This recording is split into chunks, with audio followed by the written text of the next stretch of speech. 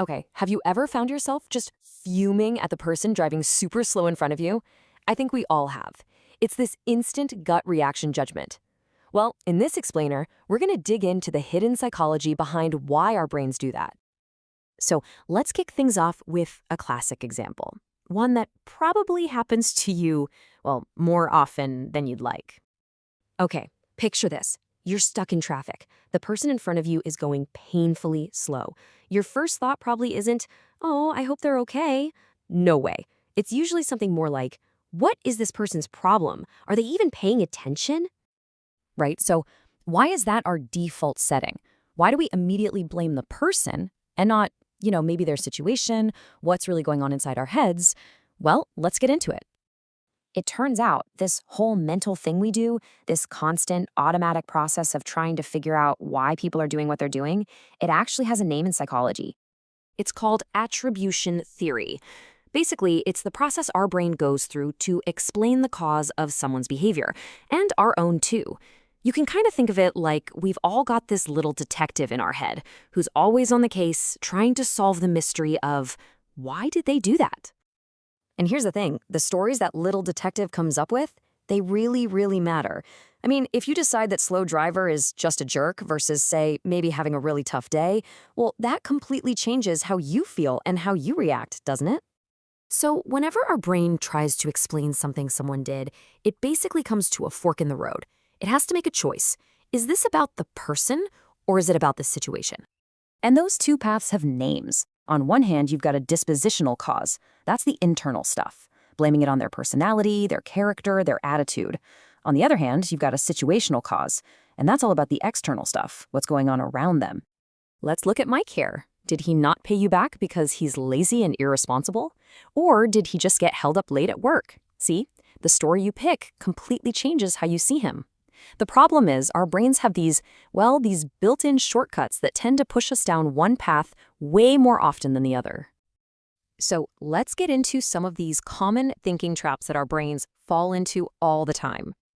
All right, trap number 1, this one is the big one. It's called the fundamental attribution error. And it's basically our brain's default setting. We almost always overestimate how much someone's personality is to blame and totally underestimate the power of their situation. You see this everywhere, every single day. The waiter is slow, so you think this person is bad at their job. Not, maybe the kitchen is swamped. We jump right to judging the person, and we totally ignore the situation.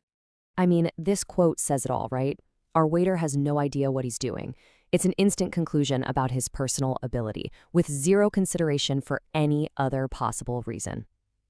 Classic fundamental attribution error. Okay, now for trap number 2.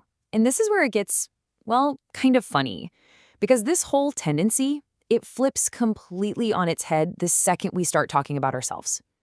It's called the actor-observer bias. So when someone else fails a test, you, the observer, might think, well, maybe they didn't study hard enough. But when you're the actor, when you fail the test, oh, suddenly it was because the test was unfair or the room was too loud, right? We're experts at finding outside excuses for ourselves. Just look at that contrast. For him, it's he's not cut out for this class, an internal personal judgment. For me, it's all about the situation. We judge other people's character, but we judge our own circumstances. It's like we give ourselves a free pass that we just don't offer to anyone else. And that brings us perfectly to our third and final trap for today. This one is all about protecting our own ego. It's called the self-serving bias. And the rule here is super simple. When we succeed, we take all the credit. It's because of us, our talent, our hard work. We make it an internal thing. But when we fail, that's when we look for something or someone else to blame. Exactly. So if I get an A, it's I'm a genius. But if I get an F, the questions were unfair, I didn't have enough time. Our successes are ours, but our failures are just bad luck or someone else's fault. So why are we talking about all this? What's the big deal? Well, knowing about these biases isn't just some fun psychology trivia. It's actually a super powerful tool. It can help us become more empathetic, have better relationships, and honestly, just make smarter judgments. I mean, look at this. It really shows how powerful the stories we tell ourselves are. The exact same person doing the exact same thing can be seen as brave or as a total punk. It all depends on the story, the attribution that we choose. These mental shortcuts probably helped us survive a long time ago, but today they can really box us in. So here's the challenge. The next time you feel that snap judgment coming on, just pause for a second. Ask yourself, what's the other story? What's just one possible situational reason for what they're doing? You don't even have to believe it's true. Just thinking about it can break that automatic cycle.